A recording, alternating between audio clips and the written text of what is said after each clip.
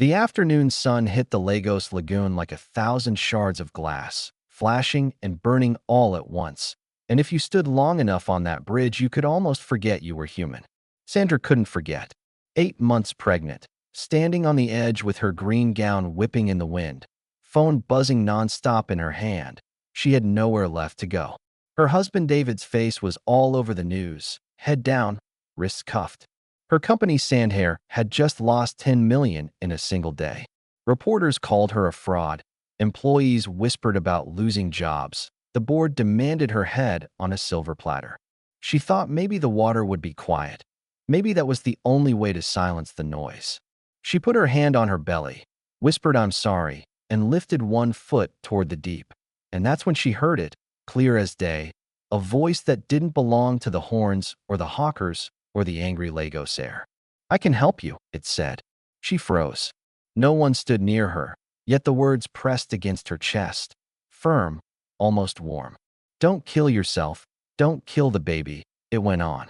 She turned and finally saw him. Thin, ragged, beard too long, hair wild, clothes torn at the seams. He looked like he had slept under that very bridge. But his eyes, those didn't match. His eyes were steady, calm, almost kind. "My name's George," he said. "And I know about David because I can read minds. Not all the time, not everything, but enough to hear what your heart is screaming." Sandra wanted to laugh and cry all at once. Read minds? This homeless man. But for the first time that day, her knees unlocked, and she stepped back from the edge. She should have walked away, left him standing there with his torn coat. But when he asked for her laptop, she hesitated. Every instinct screamed not to trust him. Yet his voice had been the only thing that held her back from the water. So she led him to her Bentley. Cameras flashed, strangers pointed. Billionaire with a beggar. Let them. She drove him to her mansion, let him wash his hands in the guest bathroom, then handed over her gold laptop like she was handing over her pulse.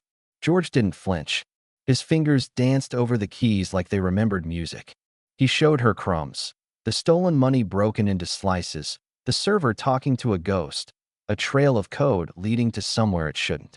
"This isn't safe," she whispered. "Safe was yesterday," he said. For the first time that day, she almost smiled. The deeper he dug, the less ragged he looked.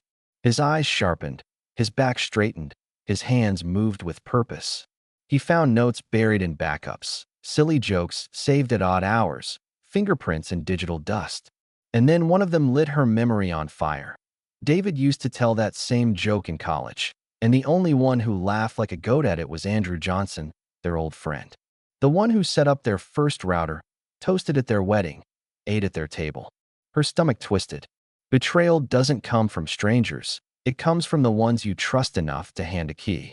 George kept following the crumbs until a flight booking flashed on the screen. Dubai. Tonight. Seat 17A. Andrew was running. But betrayal runs deeper than one name.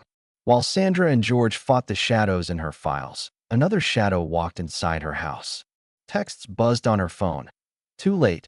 Sandra, your house isn't yours anymore." The cameras cut out. A footstep upstairs, then another. George found a jammer taped behind the router and dropped it in water. Whoever was inside knew her home as well as she did. Then the kitchen glass shattered. A man stormed in, face hidden, gloves on, gun drawn. Sandra's blood froze when she heard his voice. It wasn't Andrew. It was Chick, her own driver, the man who had sung to her on lonely nights, who had carried her bags like family. His smile turned cruel. "Andrew paid me," he sneered. "Loyalty doesn't pay bills." For 3 years he'd sat inches from her every day, all the while selling her life for crumbs. But greed makes men sloppy. George saw it. He told Chick Andrew already booked his flight, that he'd leave him behind, and for one flicker of a second Chick's gun trembled. Then the flashing lights cut through the night. Police stormed in, CSP Kim at the front, voice like steel. "Drop it now." Chick's shoulders sagged, the fight drained out. But Sandra knew. The driver was only a pawn. The real thief, the real betrayer, was boarding his plane, smug and untouchable. Not for long. She rode with the police, silver drive clutched against her chest, baby kicking with every sharp turn. At the airport, travelers shuffled like nothing was wrong. but plainclothes officers moved through the crowd like sharks. Sandra refused to stay behind. "He stole my life," she whispered. "I'll see this through."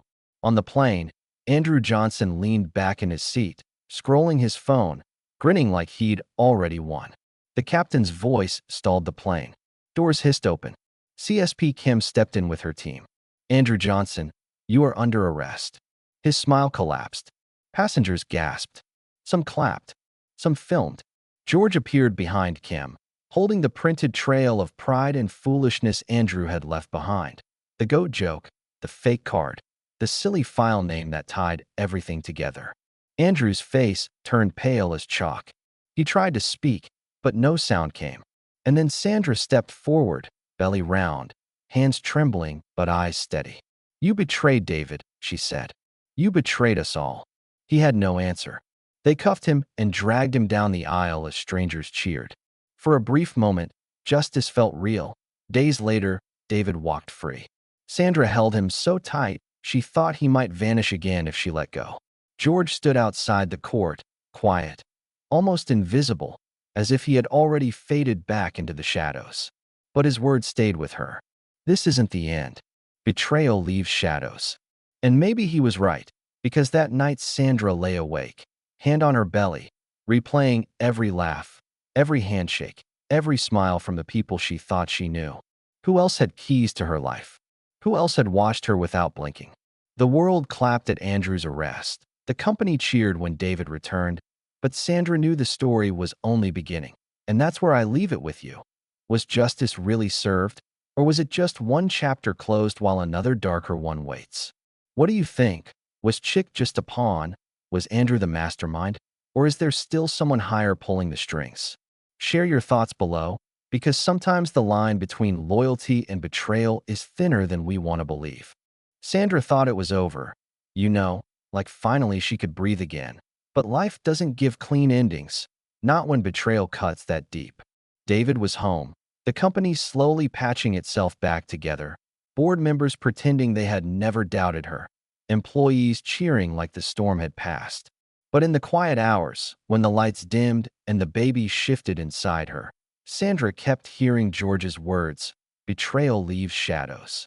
And those shadows, they started showing up faster than she could push them away. It began with whispers, small things at first, board documents leaking before meetings even started, a competitor launching a campaign with the same slogans her team had spent months designing. Then the messages, blocked numbers, scrambled texts, just like before. "You think Andrew was alone?" one said. "Check closer to home." Sandra wanted to throw the phone against the wall, but she knew better. She saved every word, printed every line, like ammunition for a battle she didn't yet understand. And George, he didn't disappear like some mysterious angel. He stayed close, drifting in and out of her days like a ghost who couldn't quite detach. Sometimes she'd find him sitting outside the office gate, watching the street with that same calm intensity, as if waiting for something to reveal itself. David didn't know what to make of him, this stranger who had saved their lives but refused to accept payment or comfort. "Why is he still here?" David asked one night, frustration in his voice. Sandra just shook her head. "Because the story isn't finished," she said softly, and part of her knew she was right. Then came the twist no one saw coming. A late board meeting, everyone tired, papers stacked like walls, and suddenly the CFO, her own right hand, stood up and announced his resignation. Not with shame, not with regret, but with a smirk. "I have better offers," he said, sliding a sealed envelope across the table. Inside, contracts, backdated, signed under her name, but never touched by her hands. Deals with shell companies that bled money the same way Andrew had. Only these went back years. Sandra's throat went dry.